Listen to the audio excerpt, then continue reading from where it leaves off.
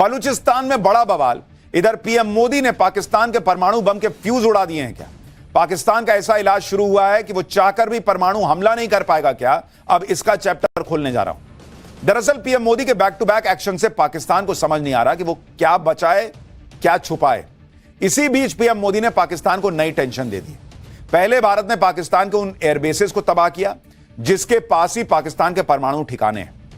अब पीएम मोदी पाकिस्तान का वो इलाज करने चले हैं जिससे पाकिस्तान अपने एटम बम से भी हाथ गवा देगा। पीएम मोदी वो प्लान बना रहे हैं जिससे पाकिस्तान के परमाणु धमकी का परमानेंट इलाज हो सकता है। पीएम मोदी वो चक्रव्यूह रच रहे हैं जिससे पाकिस्तान के पास परमाणु हथियार तो होंगे लेकिन उनका रिमोट कंट्रोल ही नहीं होगा, ऐसी स्थिति हो जाएगी। यानी जिस ताकत पर पाकिस्तान उछलता था, पीएम मोदी उसकी ताकत का बटन स्विच ऑफ करने वाले हैं। एक बार यह बटन स्विच ऑफ हो गया तो पाकिस्तान कहीं का नहीं रहेगा। आतंकवाद पर तो पाकिस्तान पहले ही घिरा हुआ है, उसे नेक्स्ट लेवल पर घेरने की तैयारी भारत ने शुरू कर दी। पाकिस्तान को लेकर पीएम मोदी ने क्या नया प्लान बनाया है? पाकिस्तान ने परमाणु बम कैसे भारत उससे छीन सकता है? पाकिस्तान के परमाणु बम को लेकर क्या नया अपडेट है, आज आपको सब बताऊंगा। ऑपरेशन सिंदूर पर ब्रेक के बाद पीएम मोदी ने दुनिया को बता दिया था कि अब पाकिस्तान की परमाणु ब्लैकमेलिंग नहीं चलेगी। यह बयान पीएम मोदी के उस प्लान का हिस्सा था जिसे उन्होंने पाकिस्तान के खिलाफ लॉन्च कर दिया। अब यह प्लान क्या है उसके बारे में थोड़ा आपको बताता हूं। आतंकवाद के मोर्चे पर तो भारत ने पहले ही पाकिस्तान को घेरा हुआ है। अब भारत दुनिया को यह बताएगा कि पाकिस्तान कैसे पूरी दुनिया के लिए एक बहुत बड़ा खतरा है, कैसे पाकिस्तान के परमाणु हथियार सुरक्षित नहीं है और इसका कुछ करना होगा भाई, नहीं तो पूरी दुनिया तबाह हो सकती है। आज रक्षा मंत्री राजनाथ सिंह का बयान सुनिए। उनके बयान में ही पीएम मोदी का अगला प्लान क्या है आपको समझ में आ जाएगा, फिर उसकी डिटेल बताता हूं। पूरी दुनिया ने देखा है कि कैसे गैर जिम्मेदाराना तरीके से पाकिस्तान द्वारा भारत को अनेक बार एटमी धमकियां दी गई हैं। आज श्रीनगर की धरती से मैं पूरी दुनिया के सामने यह सवाल उठाना चाहता हूं कि क्या ऐसे गैर जिम्मेदार और रोग नेशन के हाथों में परमाणु हथियार सुरक्षित हैं? मैं दुनिया के सामने यह सवाल खड़ा करना चाहता हूं। मैं मानता हूं कि पाकिस्तान के एटमी हथियारों को IAEA international atomic energy agency की निगरानी में लिया जाना चाहिए। रक्षा मंत्री राजनाथ सिंह का यह बहुत बड़ा बयान है। इसका सीधा मतलब यह है कि भारत पाकिस्तान के परमाणु ठिकानों पर हमेशा के लिए ताला लगवाने की अब तैयारी शुरू कर चुका है।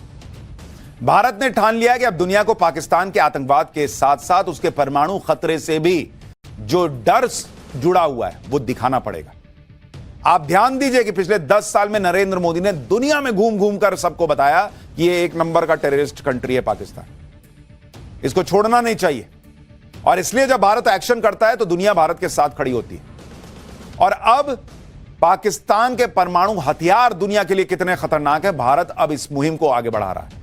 क्योंकि भारत ने पाकिस्तान को बता दिया नूर खान बेस और सरगोदा उड़ा के कि तुम हम पे फोड़ तो नहीं पाओगे, लेकिन अब वो दुनिया को बता रहा है भाई हम पे नहीं फोड़ पाएगा, लेकिन इधर उधर फटेगा तुम सोच लेना फिर किसका क्या होगा। दुनिया के लिए जानना जरूरी है कि एक ऐसे देश के पास 170 परमाणु बम है जो इंटरनेशनल टेरर का गढ़ है।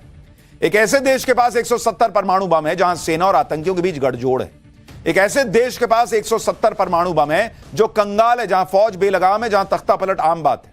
अधिकारियों को यह टेंशन थी कि कहीं पाकिस्तान के परमाणु हथियार आतंकियों के हाथ न लग जाएं। उस वक्त ट्रंप ने भी पाकिस्तान के लिए कहा था कि वो आतंकियों को पनाह देता है। साल 2022 में तब के अमेरिकी राष्ट्रपति जो बाइडेन ने पाकिस्तान को दुनिया के सबसे खतरनाक देशों में से एक बताया था। कहा था कि पाकिस्तान वो देश है जहां बिना किसी सामंजस्य के परमाणु हथियार मौजूद है। के दौरान पाकिस्तान ने नेशनल कमांड अथॉरिटी की मीटिंग बुला ली थी। पाकिस्तान में परमाणु हथियारों के कंट्रोल और इस्तेमाल का फैसला वहां की नेशनल कमांड अथॉरिटी ही करती है। हालांकि बाद में पाकिस्तान ऐसी कोई मीटिंग बुलाने से पलट गया। पाकिस्तान का रिकॉर्ड अच्छा नहीं। साल 1998 में पाकिस्तान ने परमाणु हथियारों का टेस्ट किया था। तब से पाकिस्तान ने कभी आधिकारिक रूप से न्यूक्लियर डॉक्ट्रिन ही जारी नहीं की। यानी पाकिस्तान ने कभी यह साफ नहीं किया कि परमाणु बम के इस्तेमाल को लेकर उसकी रणनीति क्या है, उसकी नीति क्या है, उसका सिद्धांत क्या है। इससे पाकिस्तान को युद्ध के किसी भी स्टेज में परमाणु बम इस्तेमाल करने की छूट मिल जाती है। मई 2024 में पाकिस्तान के न्यूक्लियर कमांड एजेंसी के सलाहकार ने कहा था कि पाकिस्तान के पास कोई नो फर्स्ट यूज पॉलिसी ही नहीं है। यानी पाकिस्तान बेलगाम देश है। इस वक्त किसी भी वक्त परमाणु बम का इस्तेमाल कर सकता है। कोई जवाबदेही नहीं, कोई जिम्मेदारी नहीं। और इसलिए भारत दुनिया से यह कह रहा है कि आप लोग देख लो, हम तो क्या कर सकते हैं, हमने दुनिया को दिखा दिया, लेकिन इधर उधर करेगा तो फिर तुम समझना। इसलिए भारत अब इस बात पर जोर दे रहा है कि पाकिस्तान के परमाणु हथियारों की निगरानी होनी चाहिए। स्थापित international atomic energy agency UN की निगरानी संस्था है। आईएईए परमाणु ऊर्जा के शांतिपूर्ण इस्तेमाल को प्रमोट करता है।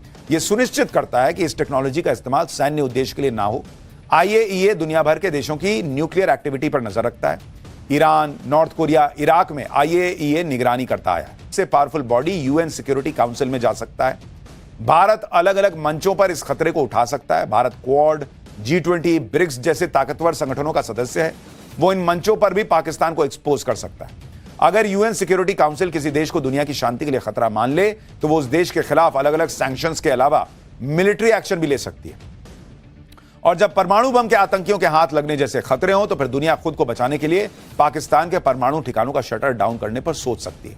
आकाश तीर एक स्वदेशी एयर डिफेंस सिस्टम है जिसे भारतीय सेना के लिए डीआरडीओ यानी defence research and development organisation, ISRO यानी इंडियन स्पेस रिसर्च ऑर्गेनाइजेशन और बीईएल यानी भारत इलेक्ट्रॉनिक्स लिमिटेड ने मिलकर डिजाइन और डेवलप किया। इसे पीएम मोदी की मेड इन इंडिया और मेड फॉर इंडिया मुहिम के तहत तैयार किया गया। इसकी सबसे बड़ी खूबी यह है कि इसके सेंसर से लेकर टारगेट पर काउंटर अटैक की पूरी प्रोसेस को भारत में ही डिजाइन और तैयार किया गया। इसका काम लो लेवल एयर स्पेस की निगरानी करना और ग्राउंड पर तैनात एयर डिफेंस वेपन सिस्टम को कंट्रोल करना होता है। यह एआई यानी आर्टिफिशियल इंटेलिजेंस से lace automatic air defence system का पूरा नेटवर्क है आकाश तीर। आकाश तीर अलग अलग एयर डिफेंस सिस्टम को मिलाकर दुश्मन के हमले से निपटने के लिए सिंगल नेटवर्क तैयार करता है। आकाश तीर C4ISR प्लेटफॉर्म पर काम करता है, जिसमें C4 का मतलब कमांड, कंट्रोल, कम्युनिकेशन और कंप्यूटर है और ISR का मतलब है इंटेलिजेंस, सर्विलांस और रिकॉनेंस। रडार, सेंसर्स और सैटेलाइट से मिले सिग्नल की मदद से आकाश तीर टारगेट की सटीक पहचान करता है और फिर काउंटर अटैक के लिए अपने नेटवर्क से जुड़े हथियारों को एक्टिवेट कर देता है। वॉर जोन में तैनात आकाश तीर कैसे एक्शन में आता है और दुश्मन के ड्रोन, मिसाइल या फाइटर जेट को ढेर करता है, अब आपको वो बताता हूं। आकाश तीर के रडार की रेंज 50 से 80 किलोमीटर तक होती है। जैसे ही कोई मिसाइल या ड्रोन इस रडार की रेंज में आता है, इसका एआई पावर्ड सिस्टम तुरंत डिसाइड करता है कि किस टारगेट को किस वेपन से उड़ाना है। अगर छोटा ड्रोन आ रहा है तो L-70 या ZU-23 जैसी एंटी एयरक्राफ्ट गन एक्टिवेट हो जाती है। इसको पता है कि अच्छा चुन्नू से आ रहा है, इस पर ज्यादा मेहनत नहीं करनी, एक काम करो इसको लगा, और ड्रोन पर सटीक निशाना लगाकर उसको गिरा देता है। अगर ड्रोन ज्यादा पावरफुल दिख रहा है तो आकाश मिसाइल सिस्टम एक्टिवेट होती है और मिसाइल लॉन्च करके ड्रोन को ढेर कर दिया जाता है। और अगर दुश्मन मिसाइल या फाइटर जेट भेजता है तो आकाश तीर S-400 को एक्टिवेट कर देता है, जो दुश्मन की मिसाइल को पलक झपकते ही मार गिराता है। यानी भारत के जो सैनिक हैं उनको ज्यादा लोड लेने की जरूरत ही नहीं है भाई। आकाश तीर खुद देख रहा है भाई, आपको तो दूर से हो सकता है ये बड़ा वाला आ रहा है, छोटा वाला आ रहा है, मिसाइल आ रहा है, इसमें थोड़ा टाइम लग जाए। आकाश तीर एआई पावर्ड है, ये खुद तय कर लेता है कि कितना चुन्नू आ रहा है, कितना बड़ा आ रहा है और उसके हिसाब से जवाब देता है। इसलिए पाकिस्तान का एक भी ड्रोन, एक भी मिसाइल भारत में नहीं आ पाया और भारत ने शानदार तरीके से रिएक्ट किया।